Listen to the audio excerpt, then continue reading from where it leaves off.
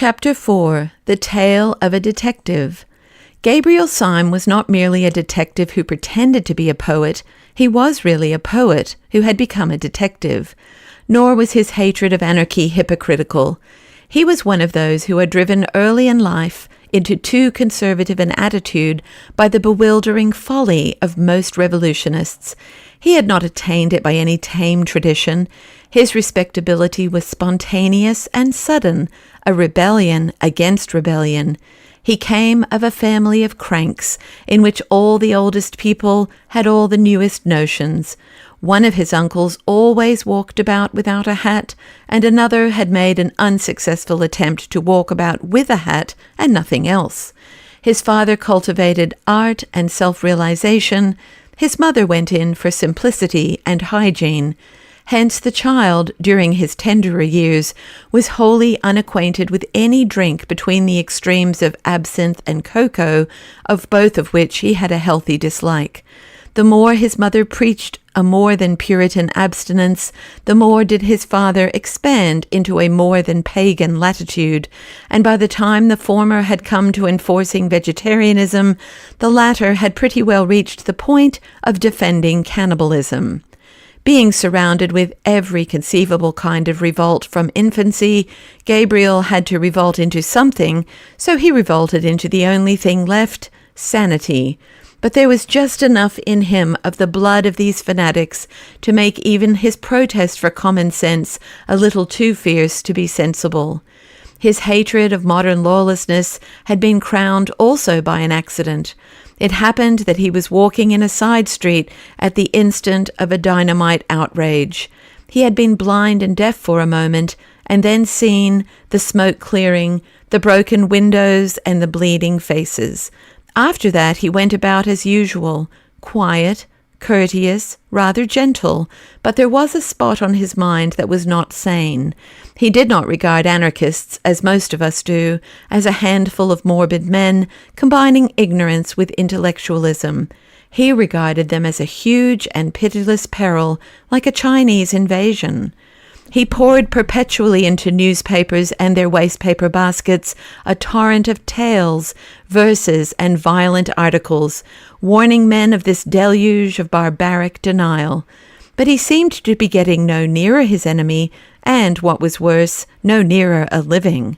As he paced the Thames embankment, bitterly biting a cheap cigar and brooding on the advance of anarchy, there was no anarchist with a bomb in his pocket so savage or so solitary as he. Indeed, he always felt that government stood alone and desperate, with its back to the wall. He was too quixotic to have cared for it otherwise. He walked on the embankment once under a dark red sunset. The red river reflected the red sky, and they both reflected his anger. The sky indeed was so swarthy, and the light on the river relatively so lurid, that the water almost seemed of fiercer flame than the sunset it mirrored. It looked like a stream of literal fire winding under the vast caverns of a subterranean country. Syme was shabby in those days. He wore an old-fashioned black chimney-pot hat. He was wrapped in a yet more old-fashioned cloak, black and ragged, and the combination gave him the look of the early villains in Dickens and Bulwer Lytton.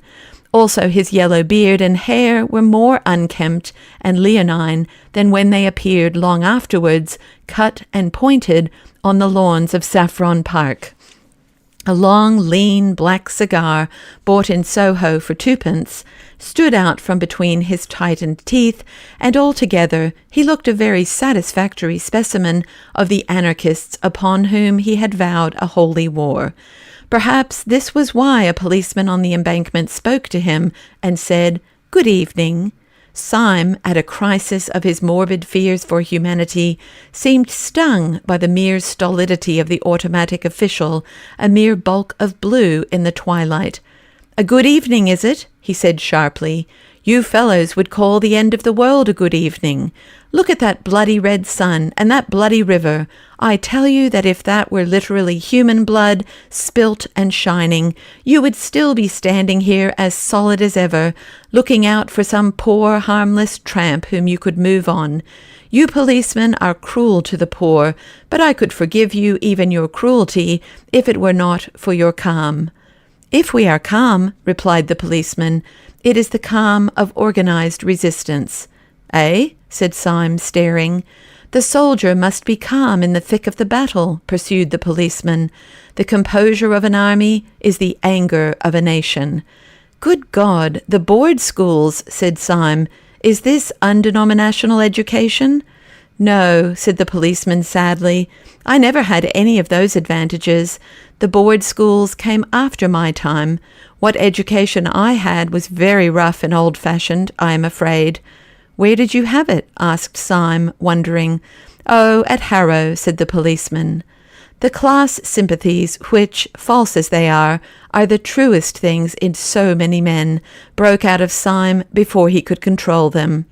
"But, good Lord, man," he said, "you oughtn't to be a policeman." The policeman sighed and shook his head.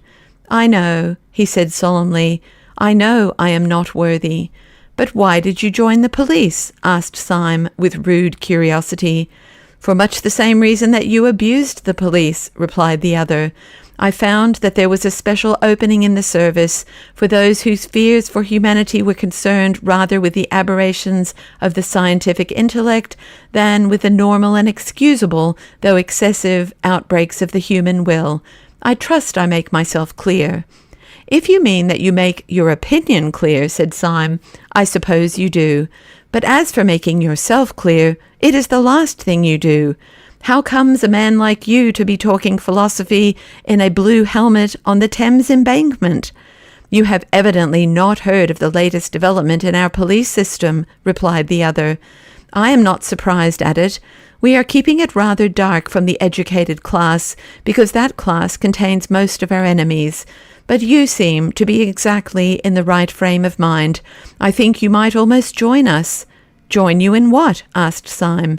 "I will tell you," said the policeman slowly. "This is the situation.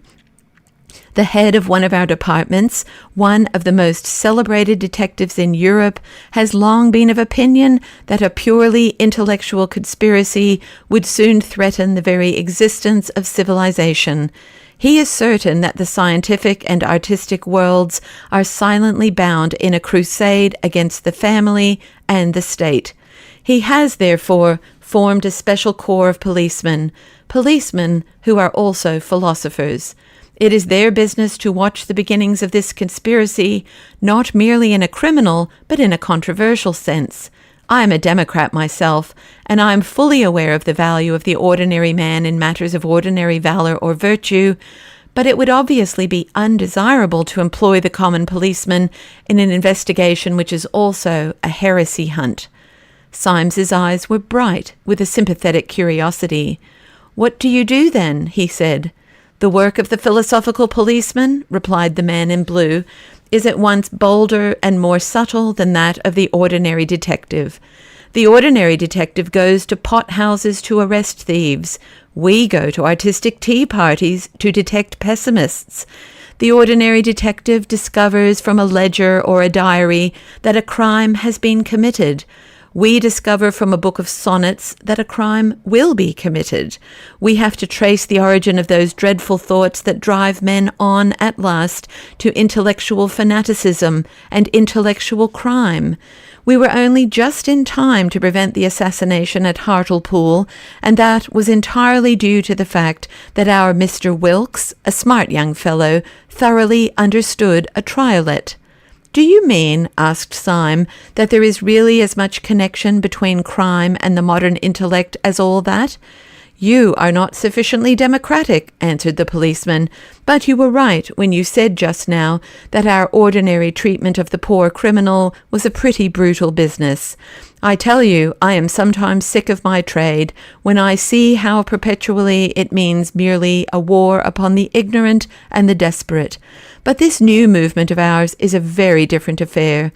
We deny the snobbish English assumption that the uneducated are the dangerous criminals. We remember the Roman emperors. We remember the great poisoning princes of the Renaissance. We say that the dangerous criminal is the educated criminal. We say that the most dangerous criminal now is the entirely lawless modern philosopher. Compared to him, burglars and bigamists are essentially moral men. My heart goes out to them. They accept the essential ideal of man. They merely seek it wrongly. Thieves respect property. They merely wish the property to become their property, that they may more perfectly respect it. But philosophers dislike property as property. They wish to destroy the very idea of personal possession. Bigamists respect marriage, or they would not go through the highly ceremonial and even ritualistic formality of bigamy. But philosophers despise marriage as marriage. Murderers respect human life. They merely wish to attain a greater fullness of human life in themselves by the sacrifice of what seems to them to be lesser lives. But philosophers hate life itself, their own as much as other people's. Syme struck his hands together. "How true that is," he cried. "I have felt it from my boyhood, but never could state the verbal antithesis.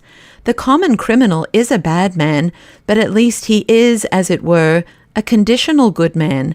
He says that if only a certain obstacle be removed, say a wealthy uncle, he is then prepared to accept the universe and to praise God. He is a reformer, but not an anarchist. He wishes to cleanse the edifice, but not to destroy it. But the evil philosopher is not trying to alter things, but to annihilate them. Yes, the modern world has retained all those parts of police work which are really oppressive and ignominious, the harrying of the poor, the spying upon the unfortunate. It has given up its more dignified work, the punishment of powerful traitors in the state and powerful heresiarchs in the church. The moderns say we must not punish heretics. My only doubt is whether we have a right to punish anybody else." "But this is absurd," cried the policeman, clasping his hands with an excitement uncommon in persons of his figure and costume. "But it is intolerable. I don't know what you're doing, but you're wasting your life. You shall join our special army against anarchy. Their armies are on our frontiers. Their bolt is ready to fall. A moment more, and you may lose the glory of working with us, perhaps the glory of dying with the last heroes of the world." "It is a chance not to be missed, certainly," assented Syme, "but still I do not quite understand. I know as well as anybody that the modern world is full of lawless little men and mad little movements, but, beastly as they are, they generally have the one merit of disagreeing with each other. How can you talk of their leading one army or hurling one bolt? What is this anarchy?" "Do not confuse it," replied the constable, "with those chance dynamite outbreaks from Russia or from Ireland, which are really the outbreaks of oppressed, if mistaken, men. This is a vast philosophic movement, consisting of an outer and an inner ring. You might even call the outer ring the laity, and the inner ring the priesthood. I prefer to call the outer ring the innocent section, the inner ring the supremely guilty section. The outer ring, the main mass of their supporters, are merely anarchists, that is, men who believe that rules and formulas have destroyed human happiness. They believe that all the evil results of human crime are the results of the system that has called it crime. They do not believe that the crime creates the punishment. They believe that the punishment has created the crime. They believe that if a man seduced 7 women, he would naturally walk away as blameless as the flowers of spring. They believe that if a man picked a pocket, he would naturally feel exquisitely good. These I call the innocent section." "Oh," said Syme. "Naturally, therefore, these people talk about a happy time coming, the paradise of the future, mankind freed from the bondage of vice and the bondage of virtue, and so on. And so also the men of the inner circle speak, the sacred priesthood. They also speak to applauding crowds of the happiness of the future and of mankind freed at last. But in their mouths," and the policeman lowered his voice, "in their mouths these happy phrases have a horrible meaning. They are under no illusions. They are too intellectual to think that man upon this earth can ever be quite free of original sin and the struggle, and they mean death. When they say that mankind shall be free at last, they mean that mankind shall commit suicide. When they talk of a paradise without right or wrong, they mean the grave. They have but two objects: to destroy first humanity and then themselves. That is why they throw bombs instead of firing pistols. The innocent rank and file are disappointed because the bomb has not killed the king, but the high priesthood are happy because it has killed somebody. "How can I join you?" asked Syme with a sort of passion. "I know for a fact that there is a vacancy at the moment," said the policeman, "as I have the honour to be somewhat in the confidence of the chief of whom I have spoken. You should really come and see him, or rather, I should not say see him, nobody ever sees him, but you can talk to him if you like." "Telephone?" inquired Syme with interest. "No," said the policeman placidly.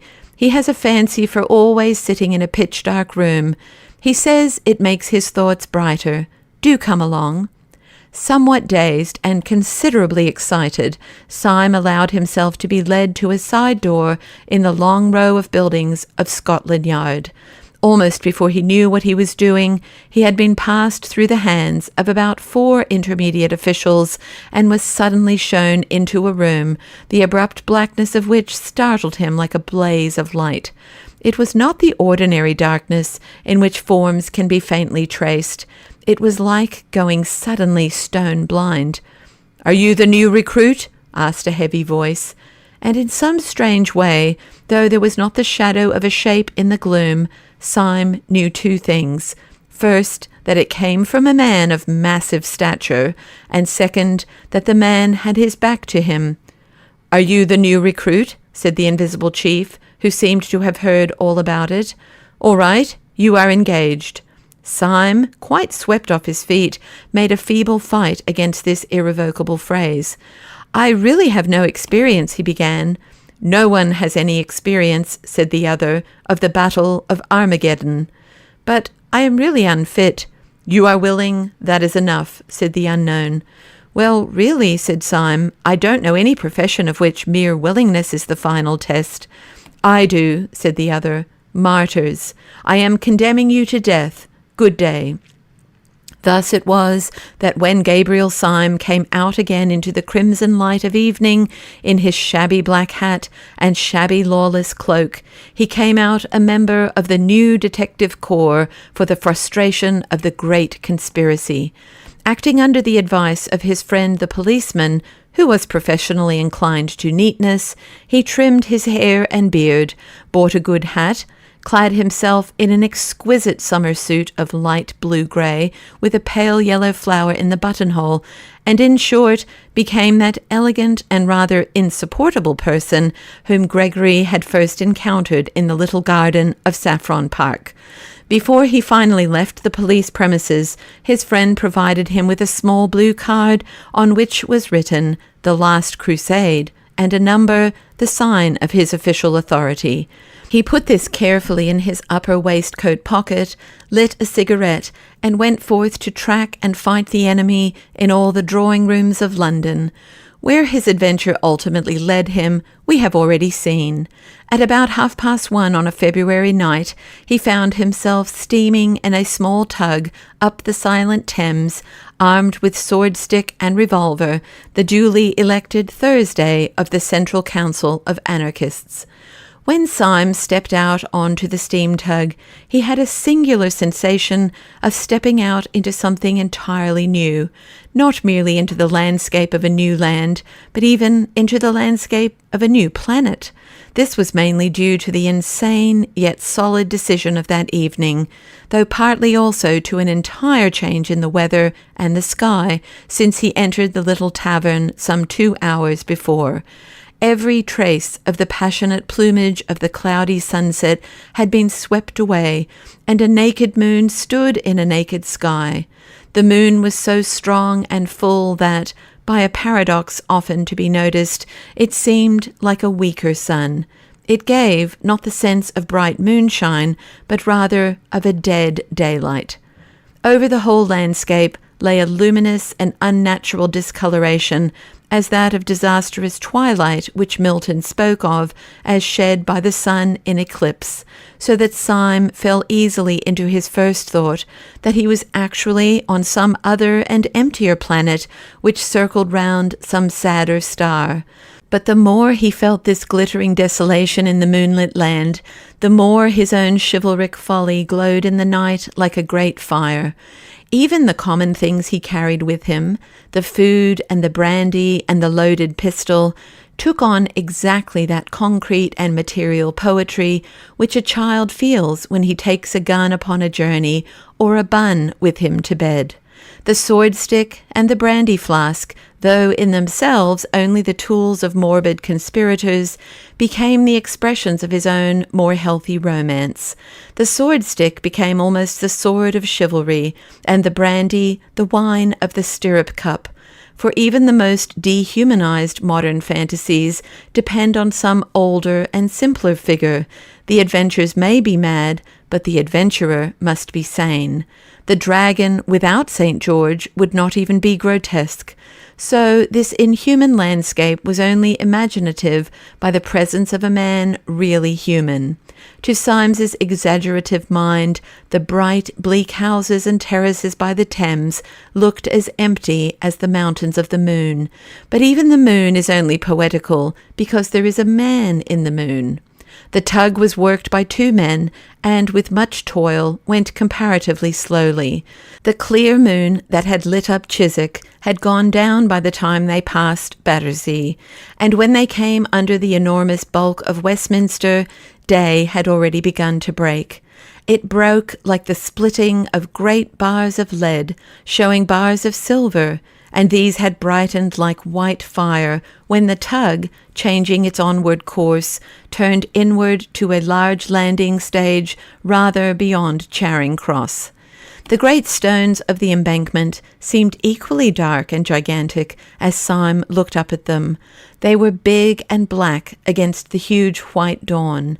They made him feel that he was landing on the colossal steps of some Egyptian palace, and indeed the thing suited his mood, for he was, in his own mind, mounting to attack the solid thrones of horrible and heathen kings. He leapt out of the boat onto one slimy step and stood, a dark and slender figure, amid the enormous masonry. The 2 men in the tug put her off again and turned upstream. They had never spoken a word.